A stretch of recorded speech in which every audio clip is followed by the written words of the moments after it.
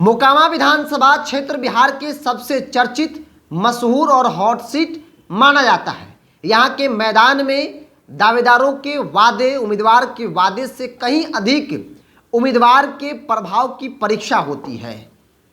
और यही बड़ी वजह है कि अनंत सिंह का गढ़ मोकामा को कहा जाता है। लेकिन अनंत सिंह के गढ़ में अनंत सिंह को उखाड़ फेंकने की तैयारी जो है वो कई नेताओं ने कर ली है। और इस बार ऐसा माना जा रहा है कि अनंत सिंह के लिए उनका खुद का गढ़ बचा पाना एक बड़े संकट के तौर पर देखा जा रहा है। आगे बातचीत करेंगे, लेकिन उससे पहले नमस्कार, द इंडिया टॉप देख रहे हैं। मैं हूं आपके साथ बिरजू सिंह। चुनावी सीरीज में बात आज मोकामा विधानसभा क्षेत्र की, जिसे अनंत सिंह का गढ़ कहा जाता है। लेकिन अनंत सिंह के गढ़ में बड़ी सेंधमारी होती नजर आ रही है। 2024 लोकसभा चुनाव के बाद से ही ऐसी चर्चा हुई कि अनंत सिंह का अब गढ़ मोकामा नहीं रहा, क्योंकि अनंत सिंह जेल से बाहर थे। ललन सिंह के लिए मजबूती से ग्राउंड पर काम कर रहे थे, बावजूद भी ललन सिंह मोकामा में लीड नहीं कर पाए। और राजनीतिक तौर पर यह आरोप भी लगा था ललन सिंह पर कि अनंत सिंह को इसलिए जेल से बाहर निकलवाया गया ताकि ललन सिंह को चुनाव में फायदा मिल सके, लेकिन फायदा नहीं मिला। अनंत सिंह के गढ़ में अशोक महतो, आरजेडी, तेजस्वी यादव ने सीधी सेंधमारी कर ली और मोकामा में ललन सिंह चुनाव हार गए। अशोक महतो की पत्नी आरजेडी की कैंडिडेट नीलम देवी वहां से लीड कर गई। अब ऐसे में चर्चा है कि भाई राजनीति है और राजनीति में कुछ भी हो सकता है। बात एनडीए की दावेदार, महागठबंधन की दावेदार और मोकामा की जातीय समीकरण की चर्चा करेंगे, लेकिन उससे पहले मोकामा के एक दो चुनाव परिणाम पर हम लोग नजर डाल लेते हैं। सबसे पहले जिक्र करते हैं 2022 का बाई इलेक्शन।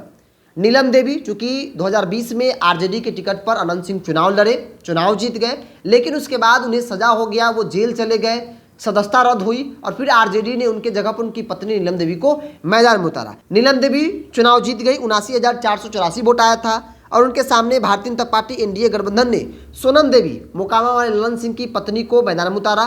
63,000 के आसपास जो है वो उनको वोट मिले थे। 63,000 वोट। भाजपा ने उम्मीद नहीं किया था कि भाई मोकामा अनंत सिंह के गढ़ में 63,000 वोट जो है वो उनको मिलेगा। उसके बाद 2020 को बात कर लीजिए, 20 में अनंत सिंह चुनाव आरजेडी की टिकट पर लड़े थे, महागठबंधन के उम्मीदवार थे और उनके सामने एक बाहुबली के सामने जनता दल यू ने साधु को, संत को मैदान में उतारा था। राजीव लोचन नारायण सिंह, 42,964 वोट उनको जो है वो मिला था। बहुत अच्छा परफॉर्मेंस जो है वो एनडीए ने 2020 में मोकामा में नहीं किया था। 15 में भी वही परिस्थिति बनी थी। नीरज कुमार चुनाव लड़े थे। नीरज कुमार उस वक्त, नीतीश कुमार एनडीए में थे, नीरज कुमार थे और उस वक्त मोकामा से अनंत सिंह जो है निर्दलीय ताल ठोक रहे थे।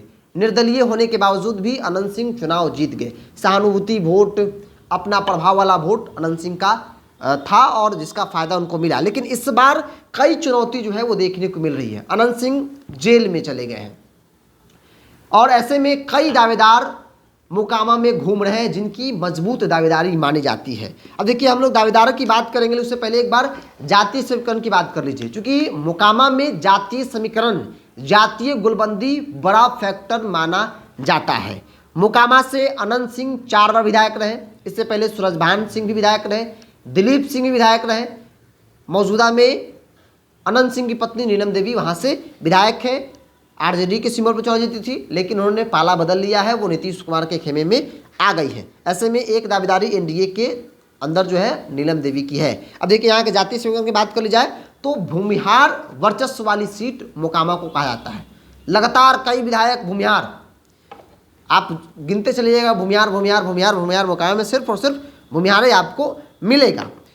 भूमिहार की बड़ी आबादी है और यही बड़ी वजह है कि भूमिहार का वर्चस्व जो है राजनीतिक तौर पर यहाँ पर देखने को मिलता है। हर चुनाव में भूमिहार का डंका जो है वो बजता है। इसके अलावा कुर्मी, यादव, पासवान की भी बड़ी आबादी है। इसके अलावा राजपूत और रविदास भी निर्णायक भूमिका मोकामा में निभाते हैं। मतलब उम्मीदवार के चयन से पहले जातीय गुलबंदी, जातीय समीकरण हर पार्टी के अंदर जो है बहुत महत्वपूर्ण मोकामा के संदर्भ में होता है। अब जरा सा एनडीए के अंदर दावेदारों की बात कर लीजिए। एनडीए के अंदर नीलम देवी मौजूदा विधायक, वो एक दावेदार है।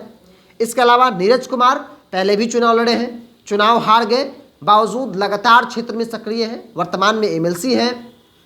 जेडीयू के मुख्य प्रवक्ता है। नीतीश कुमार के इर्द गिर्द वाले नेताओं में से एक नाम नीरज कुमार का भी है। इसके अलावा ललन सिंह की पत्नी सोनम देवी भी मोकामा से दावेदार है। जाहिर तौर पर पिछली बार चुनाव लड़ी थी, बहुत अच्छा परफॉर्मेंस उनका था। भाजपा चुनाव लड़ी पहली बार और इतना अच्छा परफॉर्मेंस भाजपा के नेताओं को भी इस बात की उम्मीद नहीं थी। तो एक नाम सोनम देवी का भी है। सोनम देवी भी चुनाव जो है वो लड़ेंगी, ऐसा तय माना जा रहा है। ललन सिंह ने कई इंटरव्यू में ऐलान कर दिया कि भाई टिकट मिले न मिले हम तो चुनाव लड़ेंगे। तो एनडीए के अंदर 3 दावेदार हैं। नीलम देवी, अब परिस्थिति क्या कहती है, चूंकि आमतौर पर चर्चा भी होता है कि नीतीश कुमार जो है वो ललन सिंह की पत्नी का टिकट भी काट सकते हैं, चूंकि जेडीयू को ऐसा लग रहा है कि ललन सिंह के आने से बहुत फायदा जो है वो लोकसभा चुनाव में नहीं हुआ है, आगे भी होने की संभावना नहीं दिख रही है, चूंकि अब वो गढ़ अनंत सिंह का रहा नहीं। तो ऐसे में अगर टिकट कटेगा तो कौन दावेदार है, एक नीरज कुमार दावेदार है, ललन सिंह की पत्नी भी दावेदार है। मान लिया जाए कि एनडीए के अंदर 3 दावेदार है। अब महागठबंधन की बात कर ली जाए तो महागठबंधन के अंदर सूरजभान सिंह के भाई कन्हैया भी हैं। कन्हैया पहले भी चुनाव लड़े हैं, सूरजभान सिंह वहाँ से विधायक रहे हैं। सूरजभान सिंह का भी अपना एक पकड़ उस क्षेत्र की राजनीति में माना जाता है।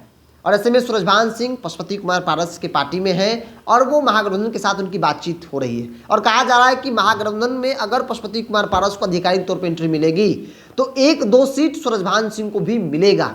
पशुपति कुमार पारस के बेटे को 1 सीट मिलेगा, भतीजों को मिलेगा, साथ ही साथ सूरजभान सिंह को भी 1-2 सीट मिलेगा। मतलब सबसे पहला सीट गठबंधन के अंदर फाइनल होगा तो यही 3-4 सीट जो है वो है, जिसमें एक मोकामा भी है सूरजभान के भाई के लिए। तो एक सूरजभान सिंह के भाई और सूरजभान सिंह, अगर सूरजभान सिंह के भाई को मिला तो जाहिर तौर पर 2 बाहुबली टकराएंगे। अगर इधर से अनंत सिंह को मिल जाता तो अनंत सिंह और सूरजभान सिंह के बीच आपसी टकराव जो है वो देखने को मिल सकता है। भूमिहार बनाम भूमिहार की लड़ाई जो है वो मोकामा में 2025 में देखने को मिल सकता है, वो भी 2 बड़े बाहुबली आपस में टकरा सकते हैं। इसके अलावा महागठबंधन के अंदर लल्लू मुखिया भी हैं एक दावेदार। लल्लू मुखिया एमएलसी का चुनाव लड़े, अकेले निर्दलीय, मजबूत स्थिति अपनी उन्होंने दर्ज कराई। लल्लू मुखिया के भी अपनी एक पकड़ है। लल्लू मुखिया यादव समाज से आते हैं और ऐसे में लोकसभा चुनाव के वक्त उन्होंने आरजेडी के लिए जान लगाकर प्रचार प्रसार किया अशोक महतो की पत्नी को जिताने के लिए। क्योंकि लल्लू मुखिया और अनंत सिंह के बीच नहीं बनता है, ये अदावत की पुरानी कहानी है। इसके अलावा ललन सिंह और लल्लू मुखिया के बीच भी नहीं बनता है। तो लल्लू मुखिया अपना एक किनारा ले लिए हैं और आरजेडी के अंदर उनकी दावेदारी की चर्चा जो है वो हो रही है। तो महागठबंधन के अंदर 2 नाम है, एक सूरजभान सिंह, उनके भाई को टिकट मिल सकता है या भाई उनके या परिवार के कोई सदस्य चुनाव लड़ सकता है। इसके अलावा लल्लू मुखिया भी महागठबंधन आरजेडी के ही दावेदार के तौर पर उनकी चर्चा जो है हो रही है। इन्हें इग्नोर नहीं किया सकता है। लल्लू मुखिया भी मजबूत दावेदार है और यादवों की बड़ी आबादी है। ऐसे में यादव की आबादी है तो ऐसे में दावेदारी भी लाजमी है, कोई बड़ी बात नहीं है। इसके अलावा एक और नाम है पीयूष प्रियदर्शी, धानुक समाज से आते हैं और मोकामा में धानुक की भी बड़ी आबादी है। मतलब कि कुर्मी धानुक की ठीक ठाक आबादी है मोकामा में और धानुक समाज से आते हैं। लोकसभा चुनाव भी लड़े थे, 30,000 के आसपास उनको वोट आया था। युवा है, पढ़े लिखे हैं पीयूष प्रियदर्शी और ऐसे में इनको लेकर भी चर्चा है कि भाई अगर पार्टी टिकट देती है, किसी पार्टी से टिकट मिलता है तो ठीक है, नहीं तो फिर निर्दलीय ये मैदान में उतरेंगे।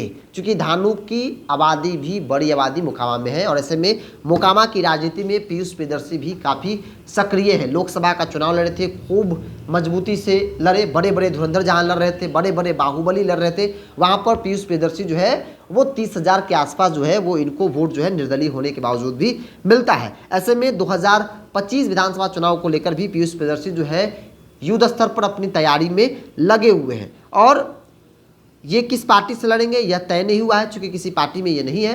निर्दलीय फिलहाल ये ताल ठोक रहे हैं, निर्दलीय चुनाव लड़े हैं। तो मोकामा में इस बार क्या होगा कहना बहुत मुश्किल है, लेकिन इतना बहुत क्लियर हो गया है कि भाई अनंत सिंह का गढ़ मोकामा अब नहीं रहा।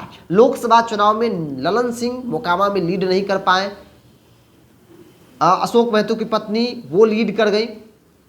उस वक्त से चर्चा होने लगा कि भाई अब उनका प्रभाव वोट बैंक पर नहीं रहा। अगर रहता तो फिर वो जेल से बाहर थे, कैंपेन कर रहे थे साइलेंटली, तो फिर ललन सिंह को लीड यहाँ से करना चाहिए था, जबकि वो आरजेडी की, माफ़ कीजिएगा, वो वहाँ से उनकी पत्नी जो है वो विधायक है, बावजूद भी वो लीड नहीं करा पाते हैं। बहरहाल मोकामा की लड़ाई इस बार काफ़ी चुनौतीपूर्ण है अनंत सिंह के लिए। 2025 के लिहाज से कहना बहुत कठिन है कि वहां पर क्या होगा। कई दावेदार हैं, कई मजबूत दावेदार हैं दोनों गठबंधन के अंदर। आपका क्या मानना है, आप अपनी राय को कमेंट्स बॉक्स में रखिए। स्क्रीन पर चल रहे नंबर पर आप अपना सुझाव दे सकते हैं। अगर आपको लगे कि कुछ बातें की चर्चा और होनी चाहिए थी जो छूट गया है, आप अपने स्क्रीन पर जो नंबर चल रहा है व्हाट्सएप के माध्यम से आप हम तक जानकारी सुझाव दे सकते हैं। इस पूरी रिपोर्ट में इतना ही। बहुत बहुत धन्यवाद।